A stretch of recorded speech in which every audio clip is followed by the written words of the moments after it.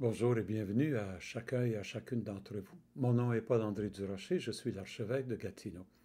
Et ceci est la 22e dans une série de vidéoclips qui présente le sens de la messe déconfinée.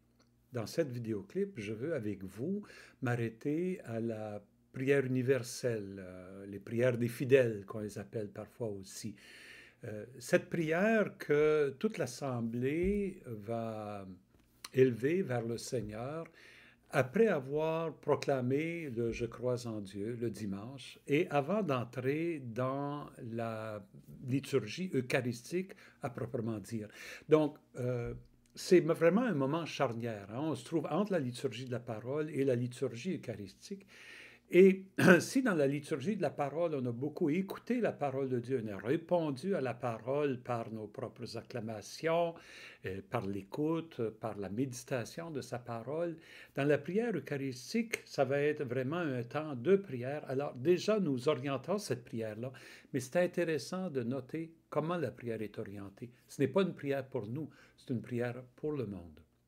Si au début de cette série de vidéoclips, j'ai voulu expliquer ma vision, la messe déconfinée, déconfinée dans le sens qu'on sort des quatre murs, que la messe, elle est vraiment pour la gloire de Dieu et le salut du monde. Eh bien, ça s'exprime d'une façon vraiment radicale, on pourrait dire, explicite, dans ce moment de la messe où nous prions pour le monde. Nous sommes là, nous prions en faveur du monde entier. La tradition de prier pour le monde, elle est enracinée dans le tout début de la tradition chrétienne. Saint Paul, à un moment donné, dans une de ses lettres, il dit « Priez pour les chefs de gouvernement, hein, priez pour les chefs du gouvernement. » Il y a un auteur des premiers siècles de l'Église qui disait les chrétiens, nous ne sommes pas très différents du reste du monde, mais nous sommes comme l'âme du monde. Moi, je trouve ça très beau. Nous sommes l'âme du monde qui prions, qui portons le souci du monde dans nos cœurs, dans nos prières. Oui. Et donc, au tout début de l'Église, l'habitude de s'arrêter après la liturgie de la parole, avant d'entrer dans la liturgie eucharistique, cette habitude-là a été prise. Saint Justin martyr, un saint qui a existé au deuxième siècle, qui a vécu au deuxième siècle, il a laissé un témoignage écrit dans lequel il décrit la liturgie à Rome. Et il parle de cette pratique-là à Rome de prier.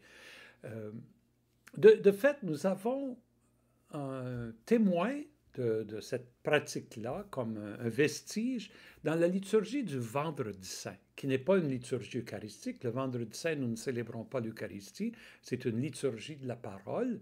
Mais dans cette liturgie-là, ceux et celles d'entre vous qui connaissez bien la liturgie du Vendredi Saint, vous connaissez ces grandes prières. Comment est-ce qu'elles se déroulent? D'abord, quelqu'un nomme une intention de prière. S'il y a un diacre, c'est le diacre. Autrement, c'est une autre personne nomme l'intention de prière pour qui nous allons prier. Et là, il y a un moment de silence. Même, on invite les gens à se mettre à genoux, un long moment de silence. Et là, tout le monde se relève et le prêtre fait une prière pour cette intention-là, à laquelle les gens répondent Amen. Je remarque ici le lien avec la prière de Jésus. Vous savez, nous croyons que Jésus, au ciel, il continue à intercéder auprès du Père pour nous. Il est le médiateur entre l'humanité et Dieu. Il continue à prier pour nous. Et qu'est-ce qui arrive ici? C'est que le prêtre, au nom de la communauté, se lie à la prière du Christ, s'unit à la prière du Christ. Dans un sens, c'est le Christ qui est en train de prier à travers son corps que nous sommes, de prier pour ce monde-là. Oui, donc c'est vraiment, nous sommes là pour le monde et nous exerçons la fonction de prêtre, une fonction sacerdotale. C'est pour ça qu'on dit nous sommes un royaume de prêtres, le peuple sacerdotal, tous les baptisés.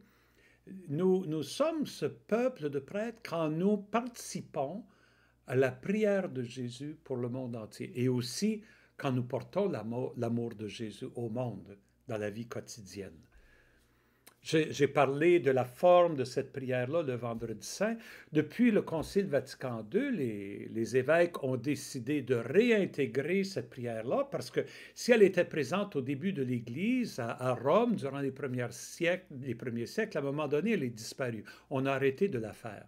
Il y avait juste le vendredi saint où on avait une prière des fidèles. Mais après 1965, après le Concile, dans la Réforme, on a décidé de renouer avec nos racines. On a réintégré cette prière-là universelle, cette prière des fidèles. Et la forme que nous propose le missel romain est un petit peu différente de la prière du Vendredi saint. Le prêtre invite les gens à se lever. Bon, ils sont debout s'ils ont proclamé le Je crois en Dieu, ils sont déjà debout. Il les invite à entrer en prière. Et pour entrer en prière, il y a un moment de silence. Et là, un diacre ou un autre membre de l'Assemblée va présenter une intention de prière et la foule va répondre par un refrain. Seigneur, écoute-nous, Seigneur, exauce-nous, dans ta tendresse, écoute notre prière, Dieu de miséricorde, écoute-nous. Ça peut varier. Il y a beaucoup d'espace pour de la créativité dans ce temps de prière. Le missel romain nous donne un patron seulement, il nous donne des exemples de textes, mais c'est à nous de les, comment je pourrais dire, de les incarner face à la situation réelle dans laquelle nous nous trouvons aujourd'hui. Et là-dessus, j'aimerais juste dire un petit mot. Souvent, les prières universelles, nous nous servons d'outils qui sont préparés par des maisons d'édition, des propositions de prières universelles qui sont très bien faites. Mais il faut se rendre compte que ces textes-là ont été écrits par quelqu'un qui vit en quelque part, probablement pas dans notre communauté, et ils ont été écrits 6 mois, 8 mois à l'avance, de sorte qu'ils ne peuvent pas se faire l'écho de la réalité actuelle du monde. C'est impossible. Ces outils-là nous proposent des pistes, mais il me semble que ça revient à chaque communauté chrétienne de l'adapter à sa réalité et à la réalité du monde dans lequel nous nous trouvons. Vous savez, quand la pandémie a commencé, si on se servait dans notre prière universelle juste des prières qui avaient été proposées, préparées 6 mois avant, on n'aurait jamais prié pour les gens qui sont en pandémie. Vous voyez? Alors, c'est important que dans les communautés, on adapte ces prières-là. C'est pas le temps, dans ces prières-là, de faire la morale, tu sais, de faire une prière dans le genre pour que nous apprenions à être plus généreux et à donner plus de notre temps, Seigneur, nous te prions. Ça c'est faire de la morale. C'est pas ça le but de cette prière-là. C'est même pas une occasion de s'exhorter pour que nous soyons plus attentifs aux pauvres autour de nous. Non, la prière n'est pas à propos de nous. Nous nommons un groupe de personnes, nous nommons une situation et nous portons ces personnes-là et ces situations-là devant le Seigneur. Voilà le but de cette prière-là. Le missel romain propose 4 grands groupes. Il propose de prier pour l'Église universelle, pour qu'elle soit fidèle à sa mission. Il propose de prier pour les chefs de gouvernement, les chefs du monde qui ont le pouvoir afin que la justice grandisse dans le monde. Nous invite à prier pour des personnes qui vivent des besoins particuliers. Ils souffrent de la violence, ils souffrent de la faim, ils souffrent de la maladie, ils souffrent d'une injustice, quelle que soit la situation, mais que nous identifions des personnes qui sont dans des situations particulièrement pénibles. Et enfin, nous prions pour notre communauté chrétienne, afin que nous soyons capables de répondre à la mission que le Christ nous confie. Déjà, on pourrait dire, la prière universelle nous prépare pour l'envoi à la fin de la messe, quand nous serons envoyés vers ce monde. Mais nous commençons par prier pour ce monde. Oui, nous sommes là pour la gloire de Dieu et le salut du monde. Et ici, nous exerçons notre ministère de peuple sacerdotal, priant pour le monde qui nous entoure et nos besoins.